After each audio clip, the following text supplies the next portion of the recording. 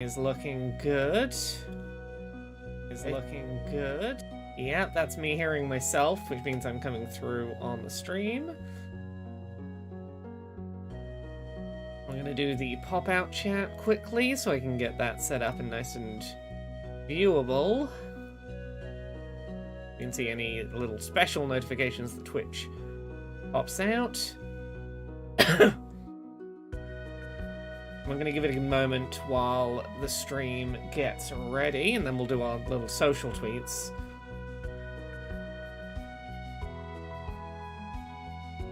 Actually, yeah, let's get the social tweets out now. Just so they are done.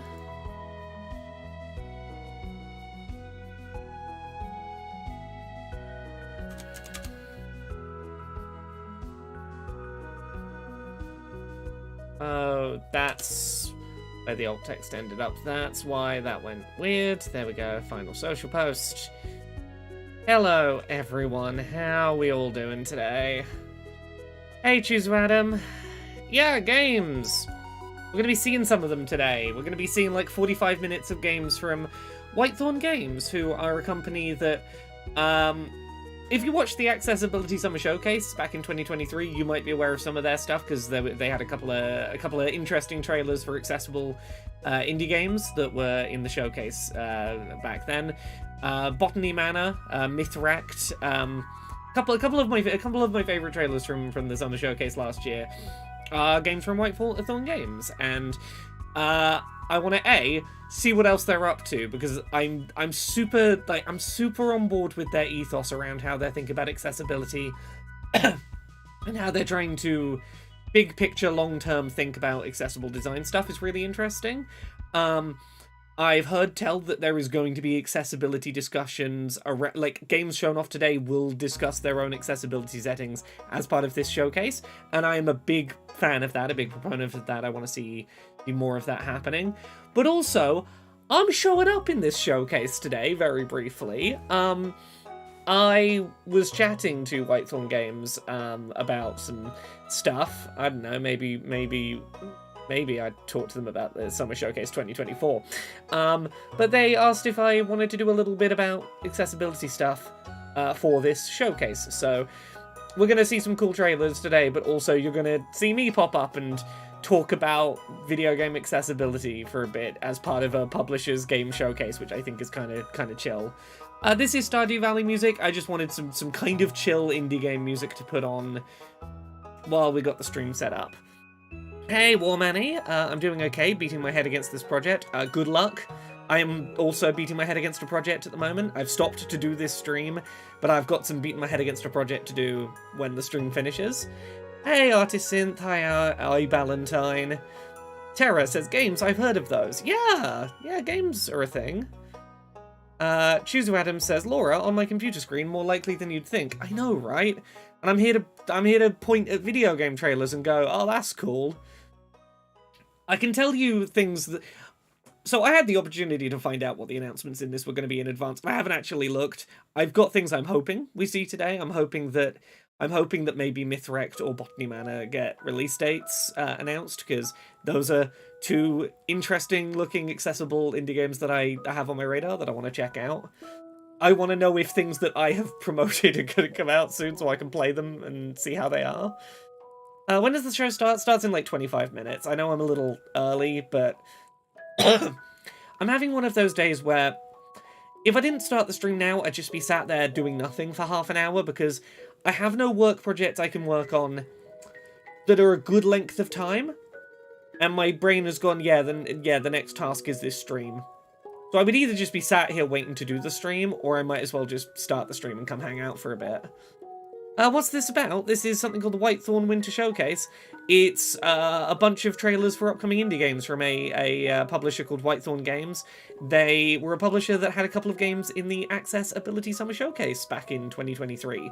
Botany Manor and Mythract, I believe, are both Whitethorn games. They have interesting, good, accessible games, and I hear tell that this showcase today is going to make an effort to put accessibility information kind of forefront, the way that the Accessibility Summer Showcase did, and I'm super interested in seeing that, because you know me. I'm somewhat interested in happenings in the accessibility space, and it would be really nice if we are going to start seeing a trend of other game reveal showcases moving more toward a, hey, let's talk about accessibility during them kind of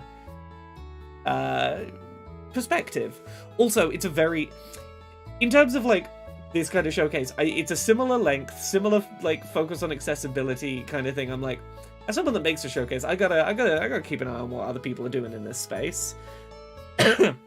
Alice Alankel says, the ADHD, there's something in half an hour, so I must be ready and then do nothing.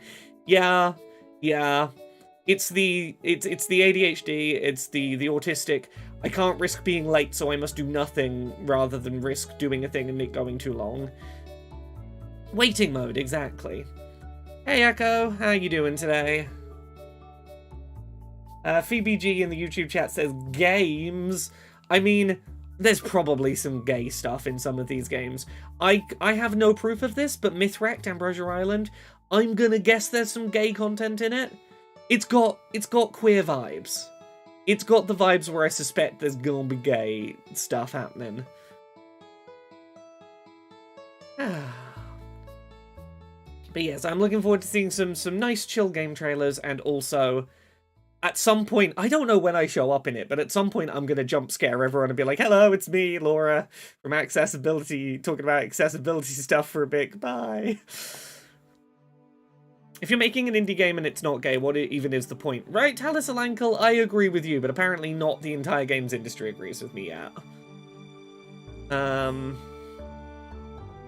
Echo says, I'm doing good, got to sack off work today because the snow made commuting impossible, so I've been taking another shot at Lies of P. I made it to the title card at last. I'm trying to remember when the title card happens in Lies of P. Is it after... Have you made it to the hotel? Past the big top hat clown robot? Is that when the title screen happens? Right after the circus. Okay. Honestly, I think that's... It gets a little easier for a while after that. That initial start is a bit of a hurdle to overcome. Once you can get over that first hurdle, it's a while before it spikes again. NH London, it's not going to be too jump scarish. It's mainly just, I don't know when it happened. I don't know where I've been slotted into the order. But I'm in there somewhere, talking about the importance of announcing shit when it comes to accessibility. I can't say too much, but I get there's like 2 minutes of me in this, having a little chat. Fun fact: I ADHD'd real hard and completely missed an email thread asking me to be involved in this showcase. And when I eventually un-ADHD'd and found the email and responded to it, it's like, the deadline for submitting videos was yesterday. I was like, if I'm real quick and I make one tomorrow morning, can I send it to you? And they were like, yeah, go on. I was like, sorry about this.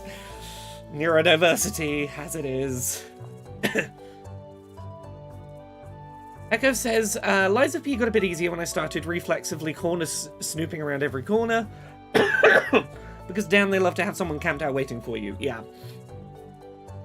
With any game in that genre, you learn the tricks they like playing, and you start going, okay, I'm just going to play assuming you're going to do that bullshit to me.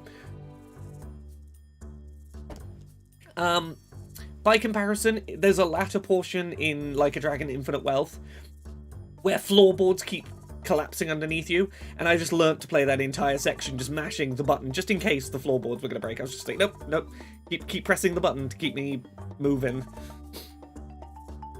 Phoebe G in the YouTube chat says, exactly, indie is short for LGBTQ. Yeah, indie is definitely short for LGBTQ, that's how it works. Independent developer is just shorthand for queer developer. I am having a look to see if anything else has happened news-wise today that I need to pay attention to while we get ready for this. What has happened in the gaming world since I last looked? Probably not much. I don't think anything big's happened. There's a lot of rumours starting to circulate that March is when we're going to see the Switch 2 revealed, which makes sense. It's right around the end of the financial year. It's the sensible time for Nintendo to some degree, talk about that.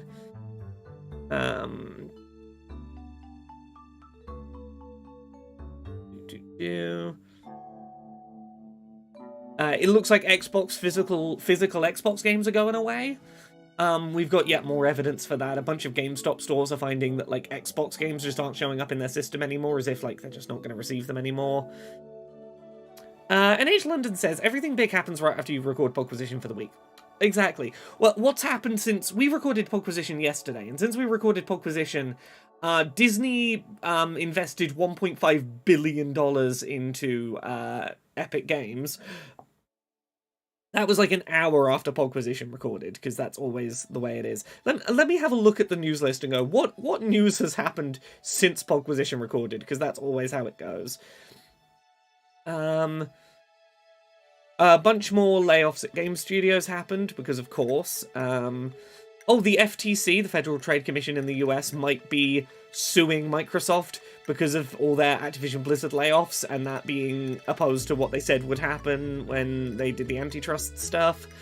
Yeah, like a bunch of actual important big news happened, like, within hours of Pogquisition recording, because it's just the way it goes. Jizu Adam said, why did I buy a Series X to have secondhand discs, only for Microsoft not to produce them anymore? Thanks, corporation. Yeah. Like, I get that the reality is very few people are buying discs for their Xbox. That is just fundamentally not how people are consuming Xbox games. But I think you need to stick out the generation. I think at the very least, first-party titles, Microsoft should be releasing on disc. Like, I think everything should be released on disc because of preservation concerns, but also, yeah, if you've sold a console with a disc drive, you have a commitment as a console publisher, I think, to produce physical versions of your first-party titles, at least until the end of that generation. Like, to me, that feels like that should be the case. But we had that leaked document earlier this year that Xbox is maybe later this year announcing, like, slim versions of the Xbox Series S and X, and the Series X revision doesn't have a disc drive. Like, it's circular, it's like cylindrical and doesn't have a disc drive. So it seems like Xbox is really on the train of get rid of physical media.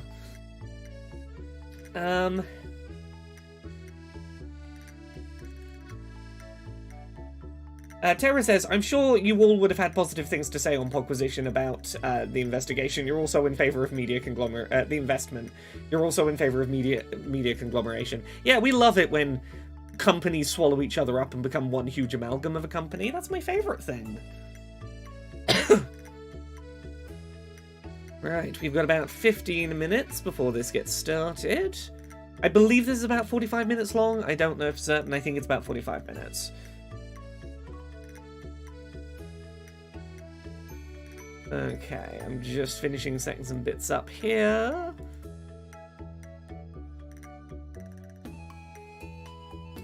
Okay, I'm gonna have a look. What do we officially know is showing up during this? What do we officially know about this showcase? Whitethorn games. Having a look at the official page. Announcements about our upcoming titles, including Botany Manor. We know about that one. We showed it at the Summer Showcase last year. Magical Delicacy and Mythret Ambrosia Island. That's another one that we saw at the Summer Showcase last year.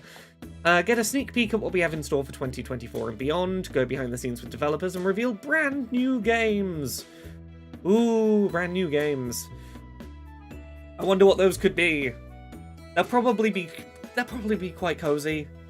Like, not to pigeonhole Whitethorn games, their games are pretty cozy. Andy H said, someone said since Disney own FX, they could put characters from Always Sunny into Fortnite. There is no reason why they couldn't put Always Sunny characters into Fortnite. I don't think they would just put the regular cast members of It's Always Sunny into Fortnite, but I could 100% see an announcement of the Dayman and the Nightman getting announced as Fortnite characters. Like, that feels believable. If I read that headline, I'd go, yeah, that's probably true. That's probably not someone trying to fool me. Here we go. I mean, we're already seeing Disney/Fox stuff show up in Fortnite. I'm pretty sure The Simpsons are in Fortnite. I think Homer Simpson's in Fortnite. Which means that, like, even prior to this investment, like, we could have seen It's Always Sunny in Fortnite. I imagine there would be an issue with the actors' likenesses. It depends on how closely modelled they are on the actual people and whether they make an agreement with those people. But there's, like, actual human people in Fortnite. Like, I believe the footballer Lionel Messi is a character in Fortnite. So, like, clearly they're happy to license the likeness of a human being. That doesn't seem to be an issue for Epic.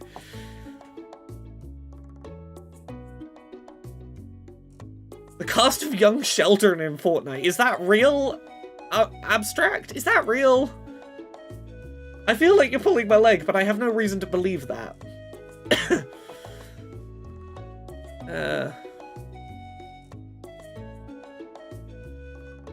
Harris says, I get to go home today, just waiting for the doctor to give the okay to discharge. Heck yeah, congrats. I hope everything goes well now that you're heading back out. Let's try refreshing this and see if we've got... No, we've just got the trailer still, but that's fine.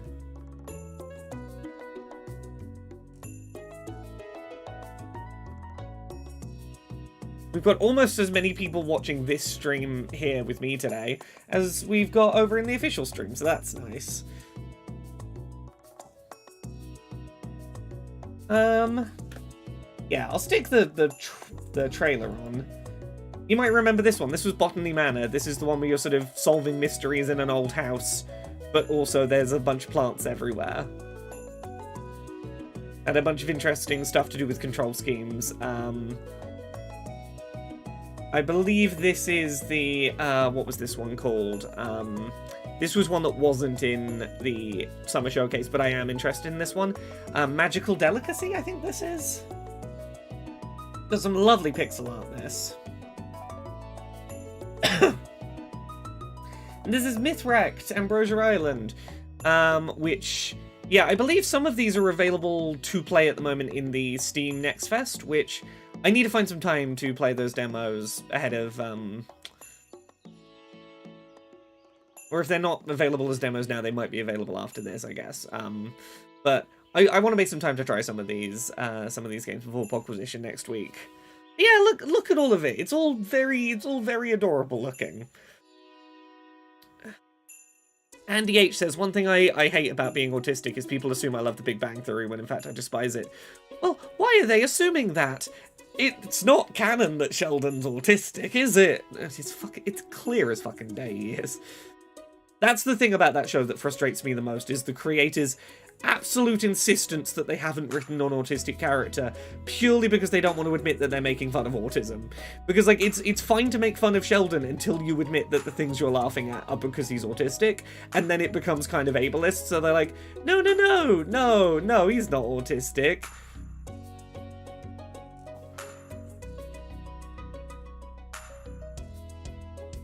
I believe there is a line that shows up in the early seasons of that show that's something like, I'm not special, my mother had me tested. And that's its own whole other kettle of fish. Is that a turn of phrase? I think that's a turn of phrase.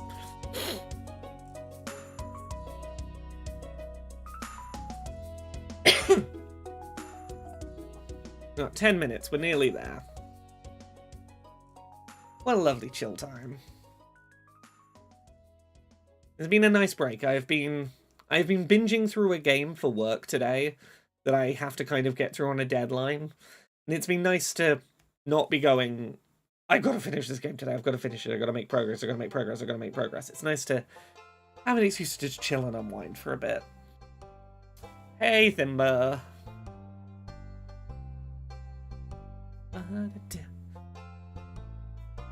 I'm excited to get my current work projects out the way if I can. I'm hoping I can get some work projects out the way tonight and tomorrow.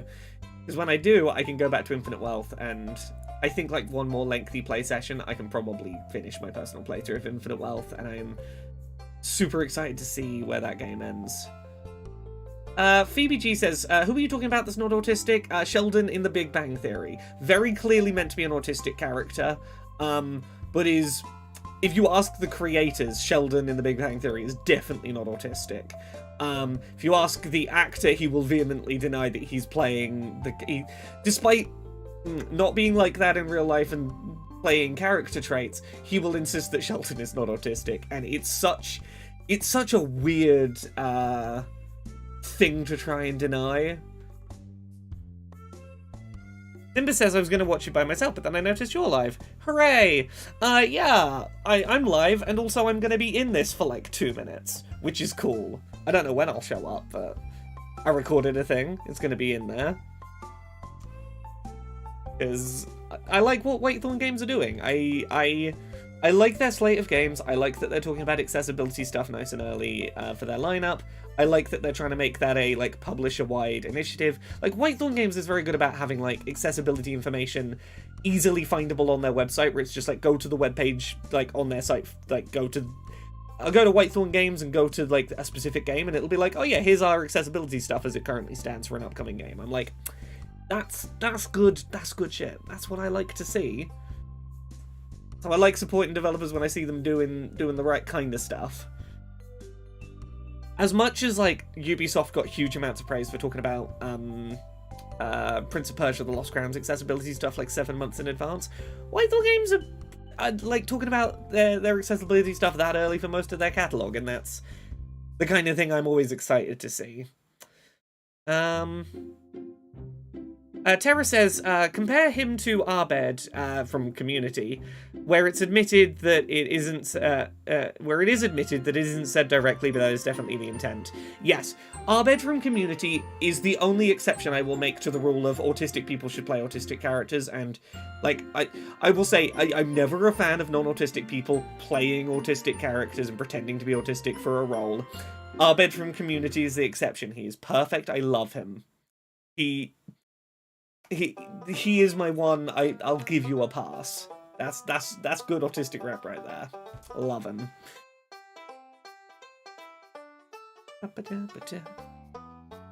Give this another couple of minutes, and then we'll pop the Stardew music off and wait for the showcase to begin.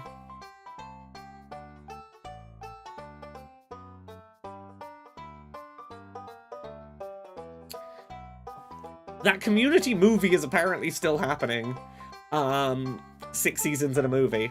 I'm very happy to see that Donald Glover's coming back for the movie. I genuinely wasn't sure if he would, but it wouldn't be a proper send-off to the 6 seasons in a movie without Troy and Abed being back to interact together. I think that dynamic needs to be present in that show's eventual send-off. As much as, like, Donald Glover, I entirely understand why he went off to go to other things, but just come back for that last little bit. Though I have no idea how you make a movie-length plot out of fucking Community. But in for a penny, in for a pound, I guess. Troy and Abed in the morning! Exactly. Troy and Abed in the morning. God, I want to rewatch Community at some point. It's such a good comfort show. There's so many very good episodes of it.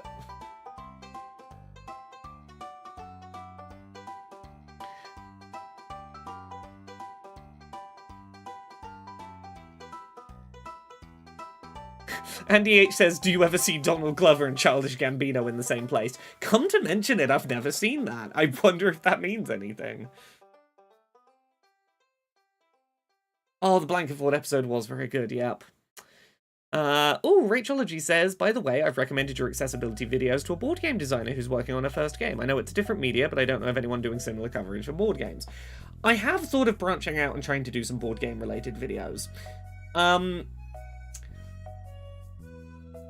At some point, I want to go through me and my lovely wife Jane's board game collection and look for good examples of things being done well and things being done poorly, and, like, I don't know if I would do a single video on a single board game, but I want to do maybe a video going, as someone a few years into board game collecting, here is some, like, good do's and don'ts of board game accessibility that I think are interesting to learn from across the games we happen to have, and see whether there's interest in that and me going further with that. I like the idea of dipping my toes into other kinds of game accessibility. Like, I've had some conversations about doing some stuff about tabletop game accessibility, and that might well happen at some point. I've had some interesting discussions with people that might lead to some stuff. I'd be interested to branch out into other kinds of games in how I talk about stuff, but it's just finding the right way to branch in, and knowing that if something picks up steam, how am I going to incorporate that into my workload? Okay, we've got like 4 minutes left. We still have the trailer showing here? Yeah, we do. Cool. We'll give it another couple of minutes, and then we'll stop the Stardew music. Do board games and do videos for each theme separately, maybe? Yeah, like they're I've got ideas. It's just finding the time. If video games would like slow down for a bit, I'd have time to try other stuff. But I'm trying to keep on top of. I got too many ideas for video game stuff.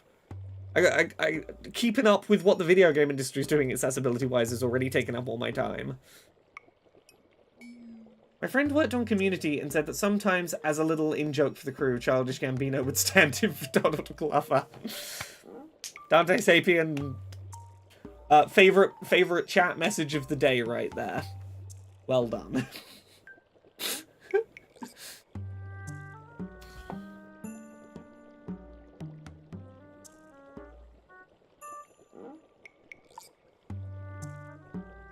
Here we go.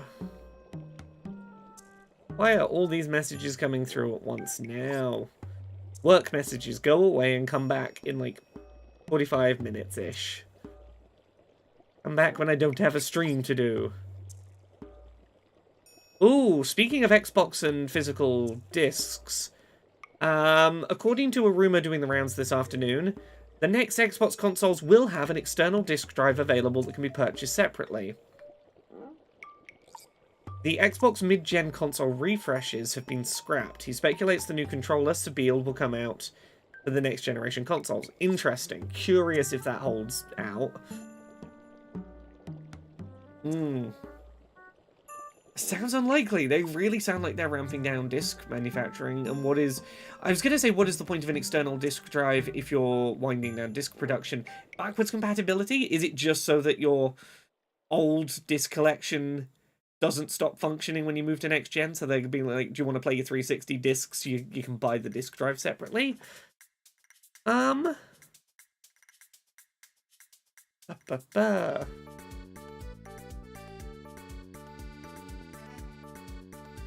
Okay, I'm gonna stop the Stardew music, so we're just gonna be streaming in quiet for a minute while we wait for this to get started. So apologies for the quiet, but I don't know a better time to get... We'll put the trailer audio on and see how it's audio balanced.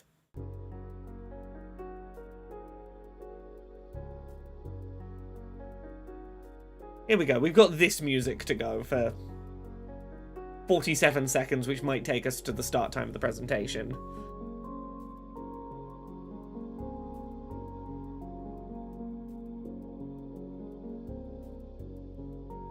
Let me know if this volume sounds about right. We can tweak it when the showcase begins anyway, but...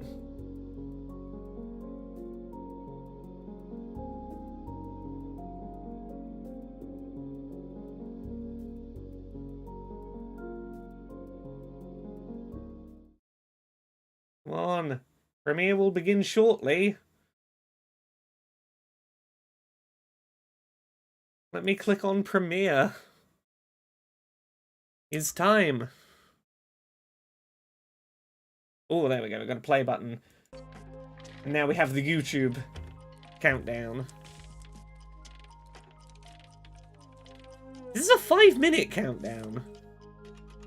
Oh, how dare you do this, YouTube? I thought it was a 60-second countdown for a second. We got a 5-minute countdown. Well, strap in, I guess, everyone. At least it's nice, chill music. At least it's not as loud as some of these YouTube Premiere countdowns can be.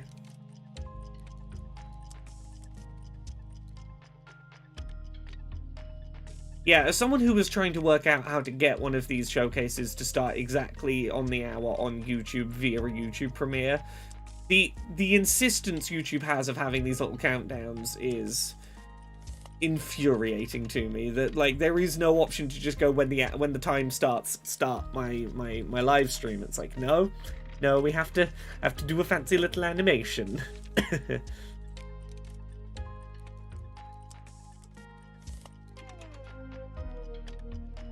Gives us a couple more minutes to chill. Yeah, it seems to be a 5-minute. I think it's selectable on the back end. Like, is there an option for 60 seconds? I know you can do 2 minutes. I don't know if you can go down to just a minute, but I know you can do longer. It's fine. 3.5 minutes now. It's like the length of a pop song on the radio. We'll be there. We'll be there momentarily. Gives me a moment to just finish checking my various socials. Check that nothing else important pops up here. No, that's fine. I believe there's a choice. But everyone does. I think the reason everyone does 2 minutes is 2 minutes is the shortest option. But I think you can only set like the time the premiere will start in 5-minute increments. So you can't go, I'll start the premiere 2 minutes before the hour and have a 2-minute countdown. You either have to start at 5:02 and have a 2-minute countdown and start 3 minutes early, or start on the hour, have a 2-minute countdown and start 2 minutes late. I think those are your two options.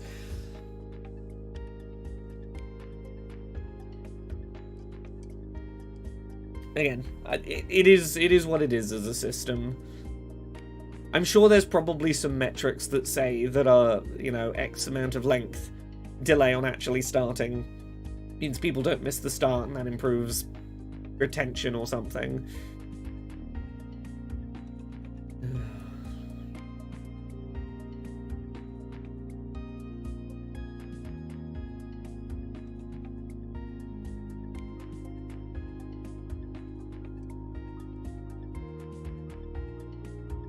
Oh, whoever it was in chat, Undying, you were not lying about the young Sheldon cast being in Fortnite.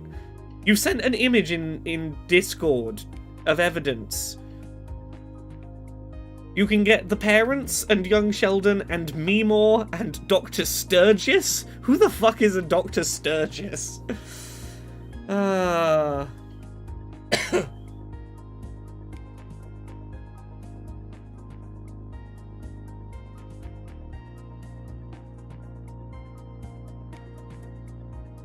Again, this is why I will always believe anyone who tells me any characters in Fortnite.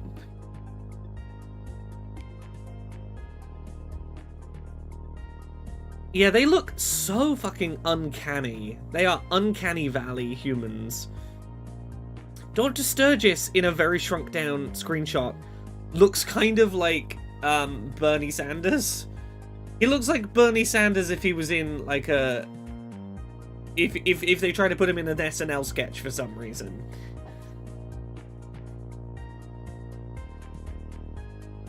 How long we got? 45 seconds.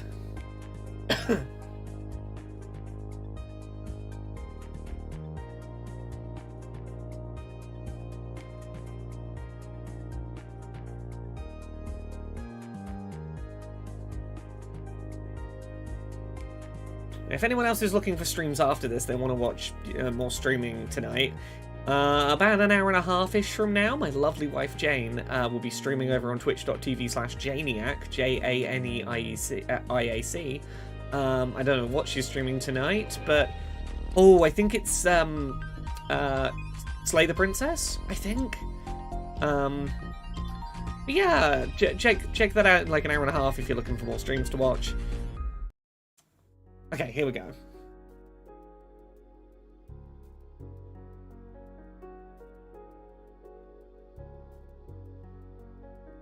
Okay, this is one thing that the Accessibility Summer Showcase does not have, is stock footage of the season happening. Is this where I need to learn for the Summer Showcase this year? I need to have people just frolicking in the sun in stock footage at the start of my showcase. Hi, I'm Yared, Community Manager here at Whitethorn Games. And I'm Britt, our Chief Accessibility Officer. Welcome to our annual Whitethorn Winter Showcase. Brit die! Hell yeah. Brit's great. We've got a show full of exciting news, from updates on your favorite upcoming titles, to special guests, and even a few surprises. So, please be sure to stick around until the end. But before we get into what's coming up, let's I think take a these are moment to automated look back on what subtitles, Whitethorn accomplished unfortunately. in 2023. It's a shame. I was hoping these would be pre-baked subtitles, or pre-done. Oh, Princess Farmer! Yes, Princess Farmer.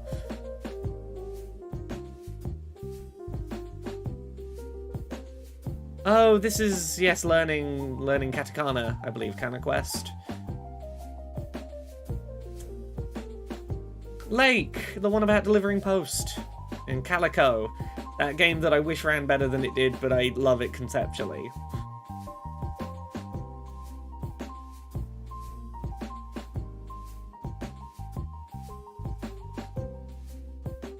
And what a year it was. We welcomed Venti the Cat as our brand new office supervisor, and we shared laughs while raising funds for Extra Life. It's nice to know that there is a company with a of this scale with a dedicated accessibility staff member. In Boston and PAX West in Seattle. And Brit definitely knows their stuff, which is an cool. Educational game for older adults that helps them recognize and prevent online scams and fraud. Did not know about that? That's cool. cool. Internal team in collaboration with the University of Buffalo's DART program. That's a really cool thing to have worked on. To celebrate everything that you helped us accomplish this year, we've got a bunch of different sales going on across our library, so please be sure to check out your favorite platform stores. 2023 was also an amazing year for Whitethorn titles in terms of our accessibility practices. Last year during Whitethorn Winter, we debuted the accessibility segment of our showcase, during which we shared some accessibility features alongside the announcement of Magical Delicacy. We started a bi-weekly discussion about accessibility on our Discord called Unlocking Accessibility. We also attended the ever-amazing Games Accessibility Conference and learned a lot from their wonderful speakers. We learned a lot this year from practice, from testing, and from listening to our community. So thank you for participating and helping us. Look at that, acknowledging accessibility up front, right at the start. Hell yeah. Some more throughout the show, so stay tuned. Yes, I believe there is going to be some accessibility info throughout the showcase. One of our titles coming out this year is what I want to see more people do. Ooh, release date. Okay, I like this. I like saying what the news is going to be up front. So it's like, hey, this trailer, you're getting a release date for this one. That's kind of a nice way to do this. Botany Manor. Yes.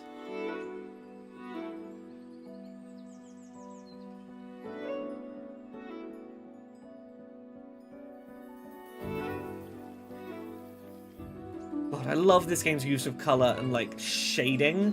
Like, the light shading on things.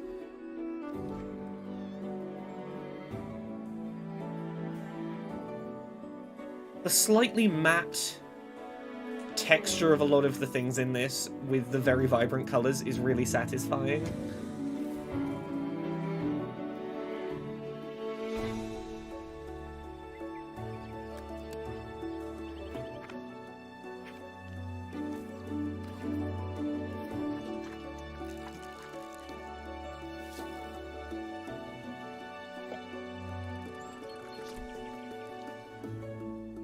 Is that a way to make plants grow better? Crush fruit and water the plants with fruit juice? I guess it's just sugary water, I guess.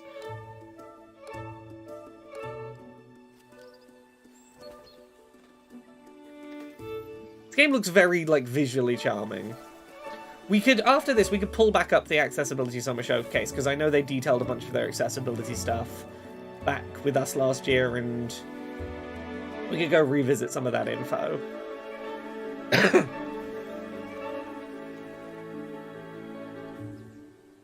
Botany Manor, come on, give me a date. Be soon. April 9th. That's pretty soon. Switch, Game Pass. Ooh, Switch, and Game Pass. Both nice places to see. Hey everyone, I'm Laura and I'm the creative director at Balloon. Alice Alankill, I have no idea if plants can do that. I want to Google it now, though. Hi, I'm Tim, and I'm the 3D environment artist on Botany Manor. I'm Kit, and I'm the 2D artist on Botany Manor, as well as doing a bit of game and narrative design. We'd like to answer a few more personal questions about the development of Botany Manor, and of course at the same time show you a little bit more about what we've been working on.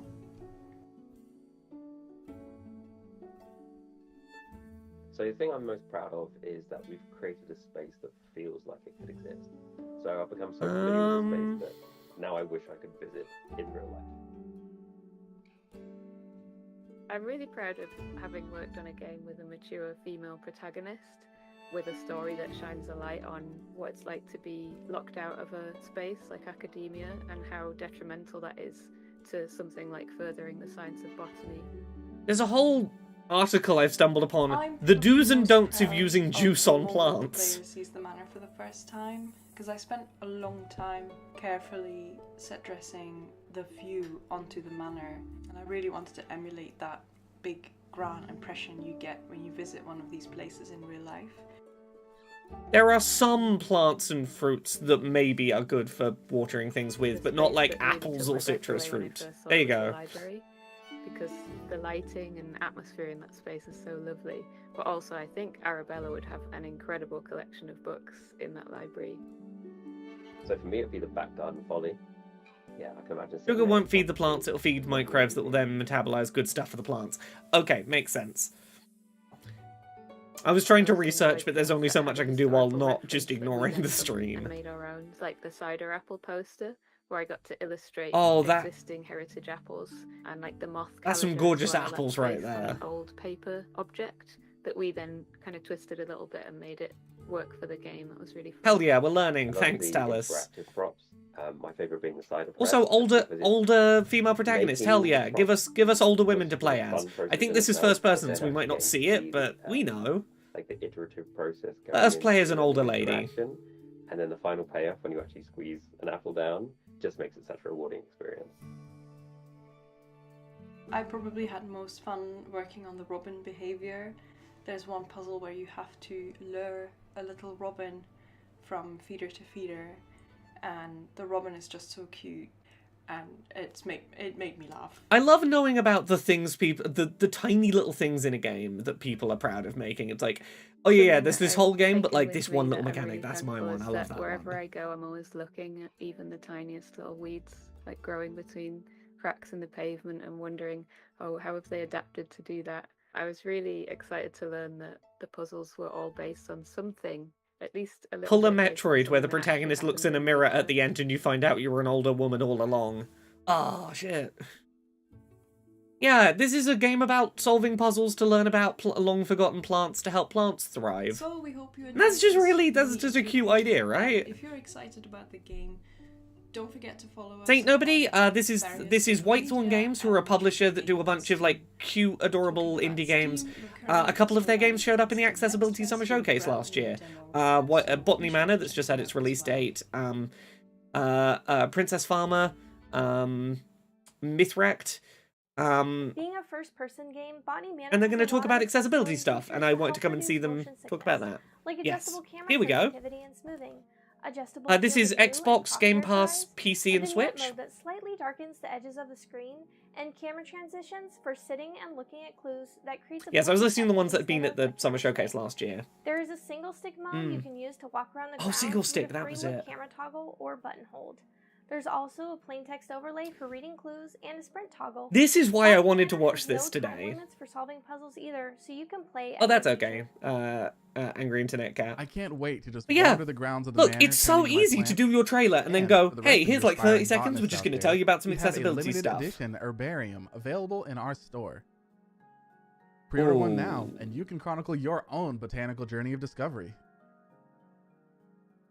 Next up, yeah, it's so easy to just spend 45 seconds going, we've got single stick control mode, and here's a bunch of settings for reducing motion sickness because it's a first person game and, you know, they can be kind of prone to motion sickness issues.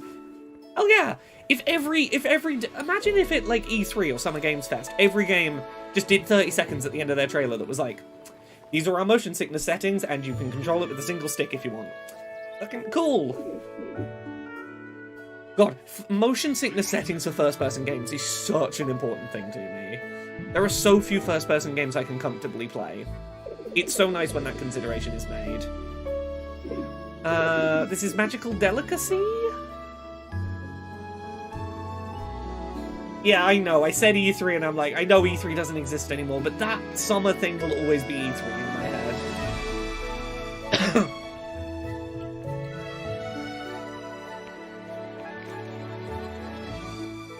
Yeah, this was the reason, also, yes, for the person who's just turned up, I'm going to show up in this for a couple of minutes at some point, but the reason I wanted to be involved in this and showcase it and point people towards this presentation is I want to support more devs doing stuff like this, where they're like, here's our trailers for our games, but also here's accessibility info at the same time, where if a game seems interesting, you can find out whether it's going to be accessible like then and there.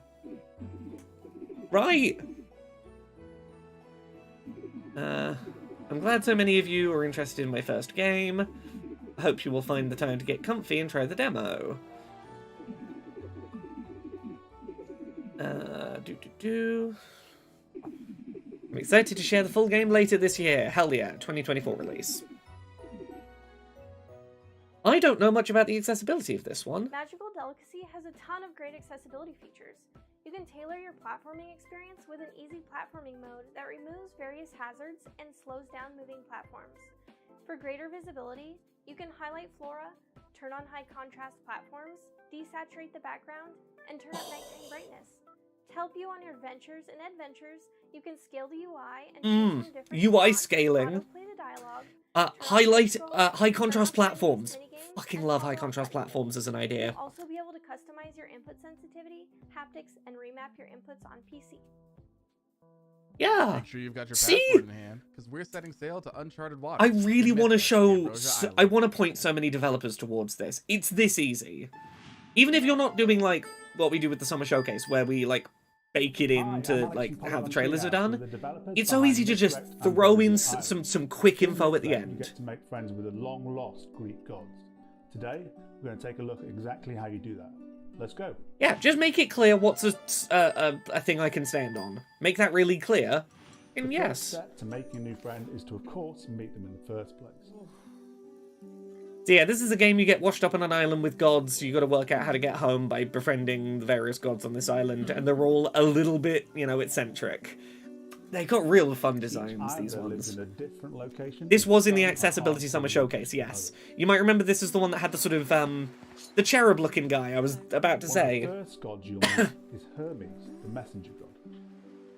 I love the exaggerated facial expressions on these character models.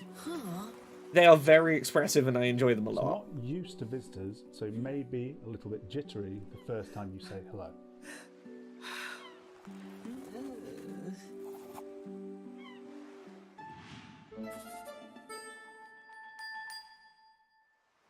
Is this game gay? It feels like it should be gay. This is the one I said before the stream I'm pretty sure is going to be gay to some degree. I just have a vibe that it's going to be a bit gay.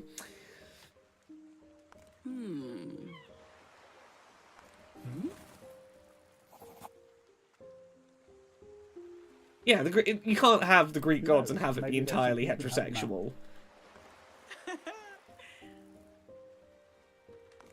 Oh yeah, so he likes feeding the birds. You go, hey, I've got a bird feeder, and... To earn the trust of the gods, you can help them out with something around the island. Yeah. You're gonna go feed some birds to make Hermes be more of your friend, because you know Hermes likes the birds being looked after. You're just going around doing little tasks to make friends with all these Some cute requests gods. may be stranger than others. I like a lot of the character design variation. There's a big header image for the game that has like all if not all, most of the gods from the game present. There's a lot of really good diversity in like design elements that I am excited about. You can use this like a metal detector to find any items they might have lost.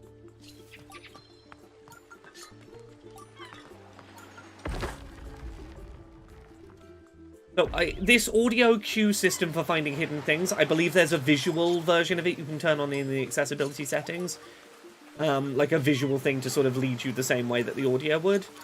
I know there's stuff like, you can get on-screen captions for sound effects that are happening, so even if it's not dialogue, like, there might be something down the bottom of the screen that says, like, waves crashing, to be like, the sound of waves is coming from over there. The trick is to find out which... This is me trying to remember off the top of my head what stuff I know about from this.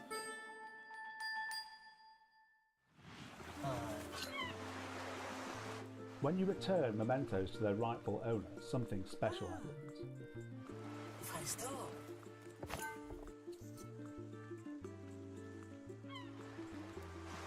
The items provide a spark, triggering the god to suddenly remember... Oh, the gods have forgotten who they are, yes.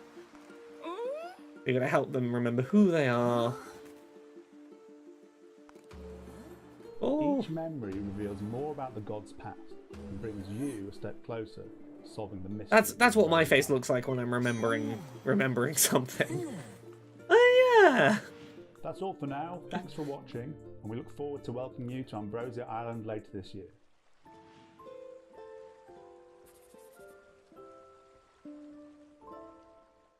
This is Steam, Xbox. Yeah, Steam and Xbox. So this one's not coming to Switch, but... In Mythwrecked Ambrosia Island, help the Greek gods find mementos they've lost using the Ambrosia Dex, which has a radar function that provides visual, audio, and haptic cues when you're getting close to hidden You get treasures. rumble and visual You can cues. explore the island, Oh yeah, that's what the thing in the top break left was, which is you your can visual tailor with cues. key remapping alongside most actions.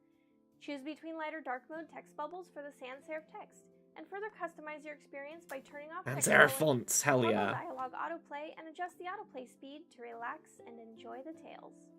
You can embark on your sunny island getaway later this year. Yes, I believe there's To look at also... more of Mythwrecked's accessibility features, as well as This any is of the our other website I was talking titles. about earlier. Please take a Go, look go at check Whitethorn out their Games' website if you're curious about any of their games.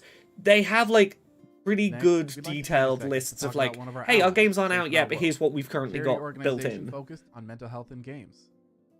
To share a little bit more about video games and mental health, here are Sky and Rosie from Safe in Our World. But yeah, it's so easy, even if you don't talk about 100% of every single thing in your game, it's so easy to just have a little bit of accessibility info thrown If in. you haven't heard of Safe in Our World, we are a mental health charity devoted to the video games industry specifically, and we aim to eliminate mental health stigma across the planet and across our industry to make it a safer place for everybody to work.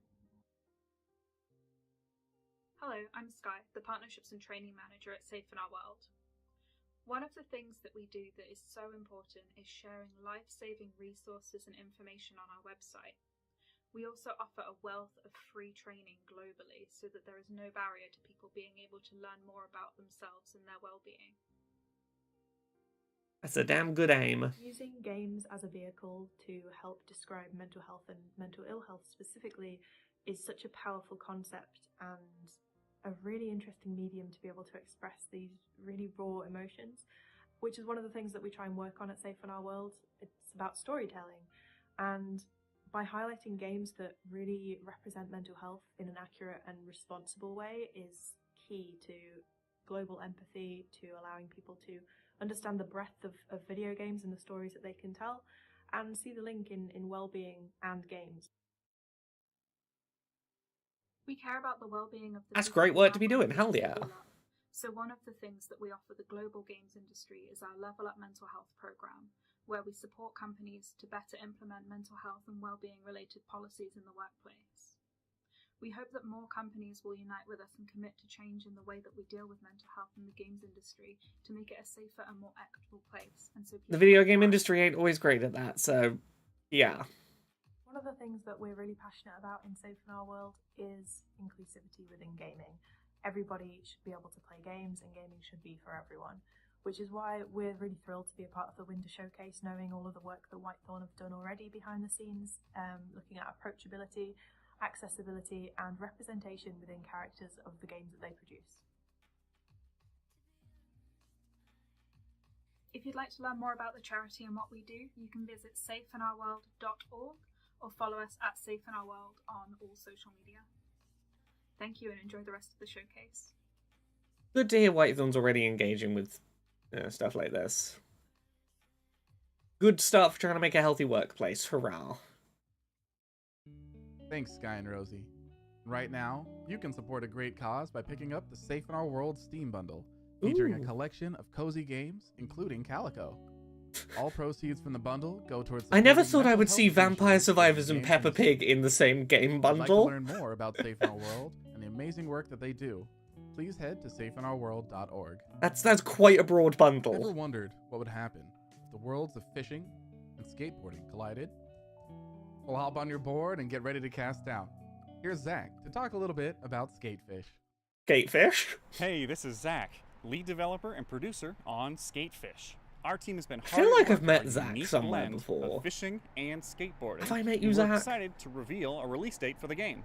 So, check out this trailer and stay tuned for more news on Skatefish. Look, I got burned by, game titles before. Skatebird, I wanted to love a lot more than I did, but I do want to know what Skatefish is now. Do tricks. Impress fish to... You're doing skateboarding tricks to impress the fish so you can catch them.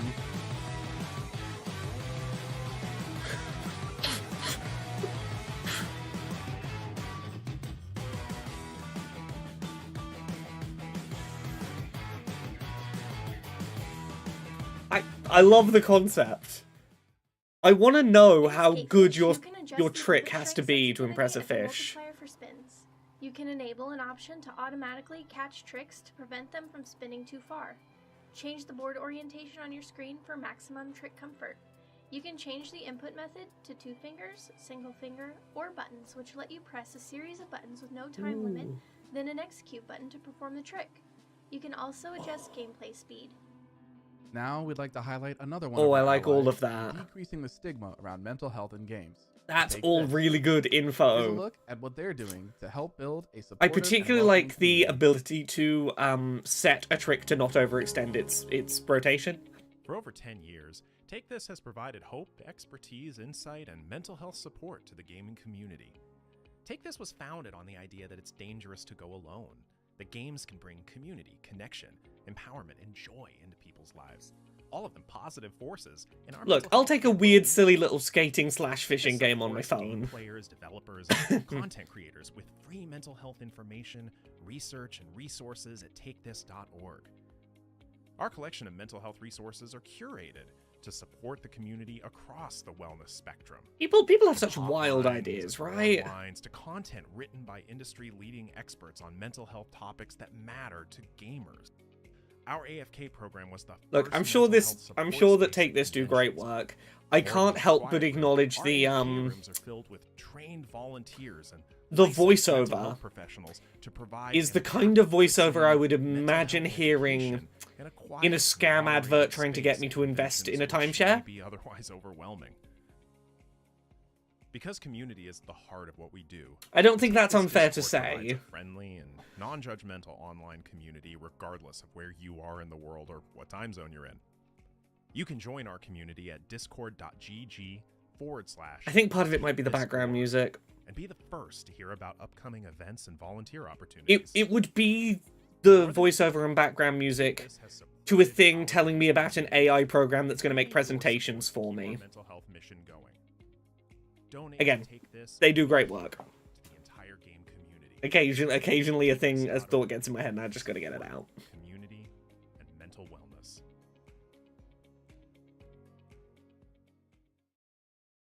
Next up, we have 2 back-to-back surprises for you. Ooh. Please, take a look. I like surprises.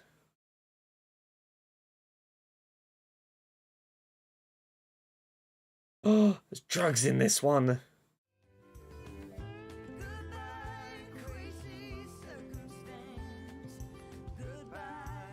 Is this Lake coming to...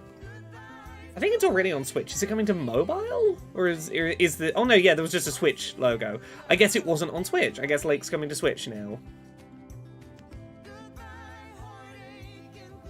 There we go. Turns out we're in a the Nintendo Direct in February everyone was waiting for. It was here hiding in the Whitethorn Games showcase.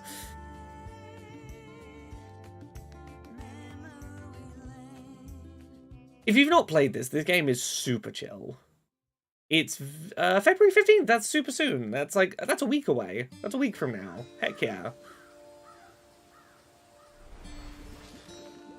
This is Mythwood? I'm guessing this is a Switch announcement for Mythwood. Mythwind? Mythwood?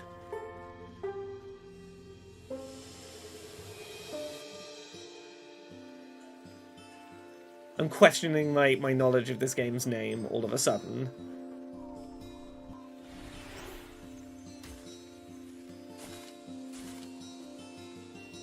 This game has such a good soundtrack.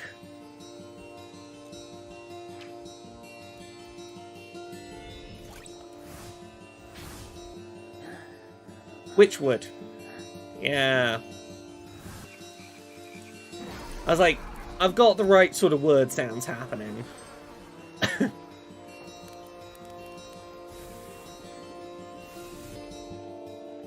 Yeah, this was in the new platform section, so I'm assuming this is probably a Switch port coming.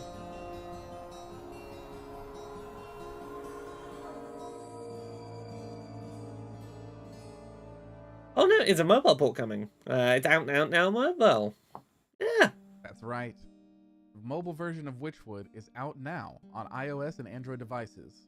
Also by popular demand, Lake is out for delivery and arrives on Nintendo Switch very soon. Cool. But the announcements don't stop there. We have a few words to share from a dev studio that we're excited to welcome into the Whitethorn Games family. Take a peek. I might know what this one is. From some emails I was doing, I might know what this one is. My journey has spanned over 2 decades, working on everything from family titles to innovative simulators, like Lawn Mowing Simulator. Hell yeah, Lawn Mowing Simulator. I'm Adam. Together with Nick, we're thrilled to be starting a new venture in collaboration with Whitethorn Games. We're here in Liverpool, a city of culture Liverpool. and innovation. We find inspiration around every corner. It's the perfect place to announce our next chapter. Working with Whitethorn. I think this is going to be a game reveal alongside this. It's about transformation. It's I about might be wrong. seeing the world in new ways. While we can't share details yet, our project is rooted in creativity and discovery. It's a journey we're thrilled to embark on. No, I guess not. I guess this isn't what I was thinking of. Experiences that are easy to pick up, but hard to put down. That are relaxing and steady. It's good to hear they're a UK-based developer, because it means if they're making something cool, I can go bug them to let me go chat to them at their studio. Liverpool's reachable. I can get there. Innovation in our games. As indie developers, we believe in creating games that are... I want to get back to doing something I was doing back when I was at Kotaku, and to go travelling to cities around the UK and just interviewing people about the local game development scene. So, stay tuned. I never did Liverpool.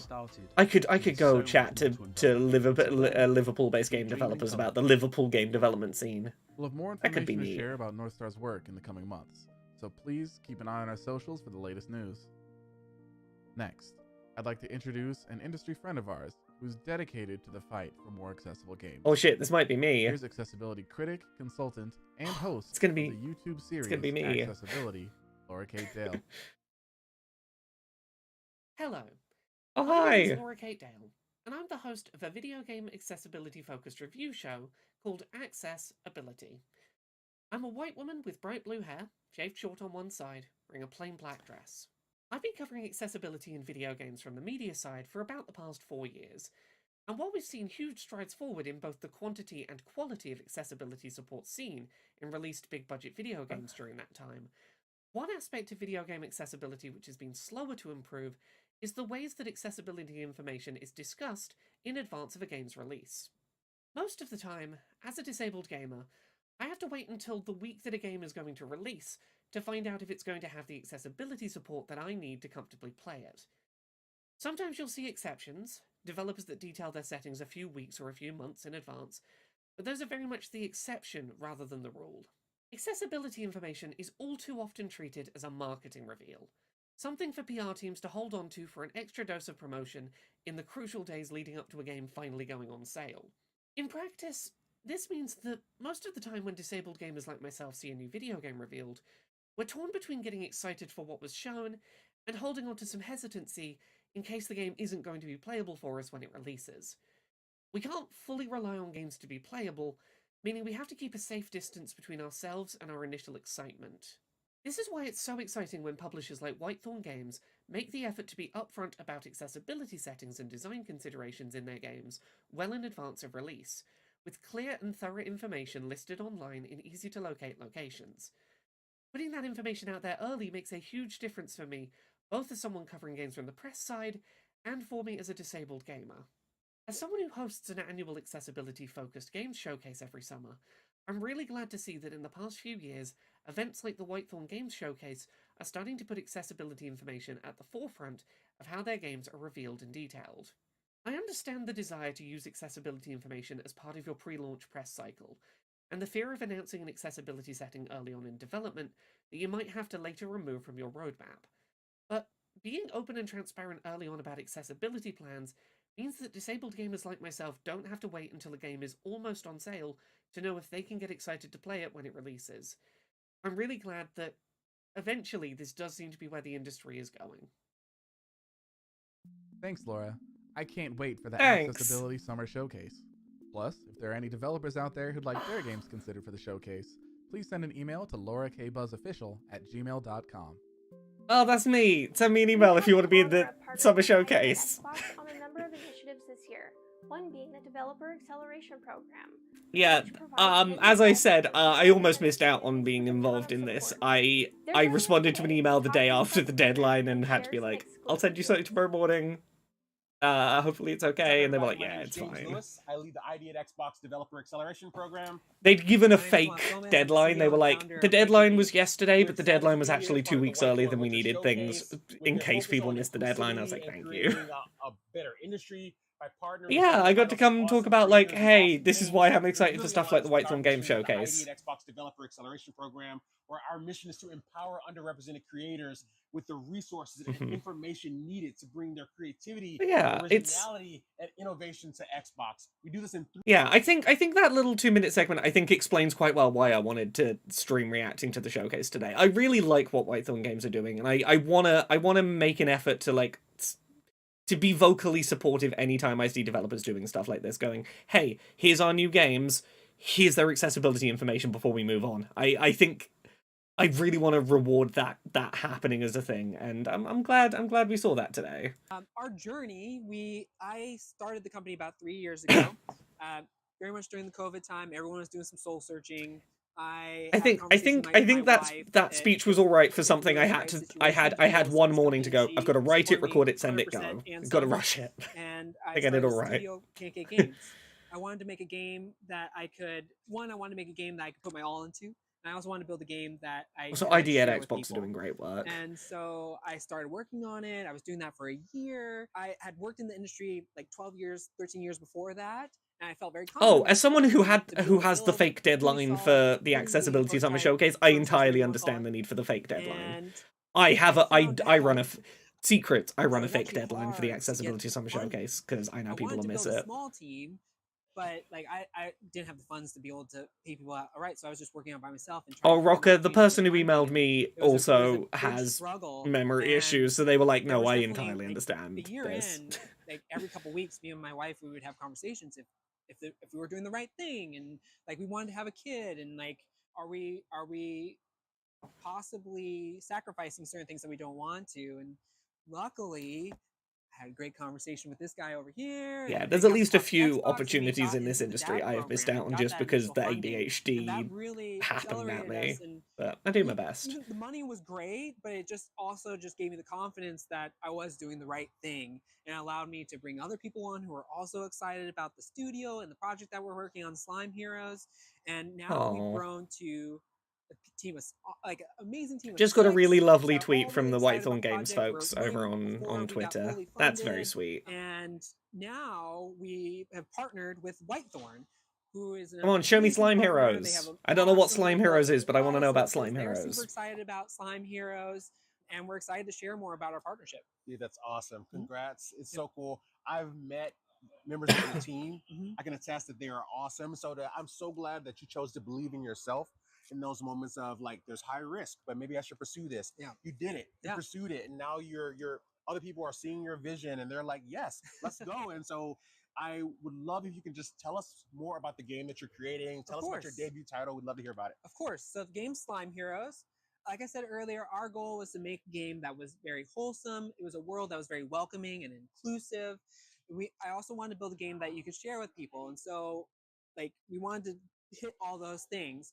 And the game is focused on the main character is a little adorable slime creature that you'll get to customize. Give me more games where I can play as a slime. And then Mario Wonder showed that I love playing as a slime.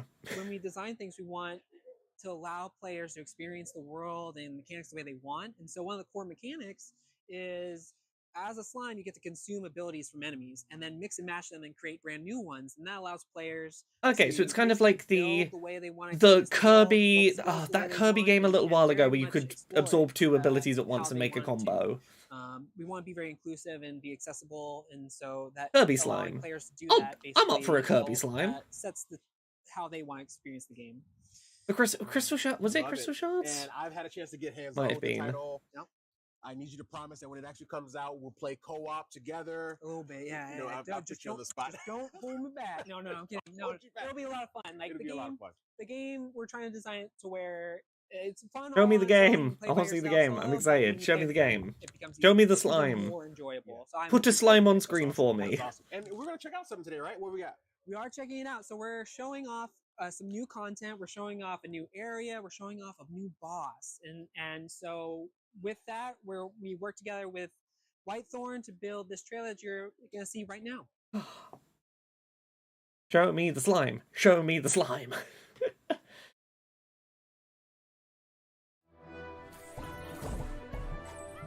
Was not expecting third-person perspective. That's... The sword is made of slime. I love the dodge animation. That sort of stretched character animation on the dodge. Or the dash. Oh, that's a good jumping sound.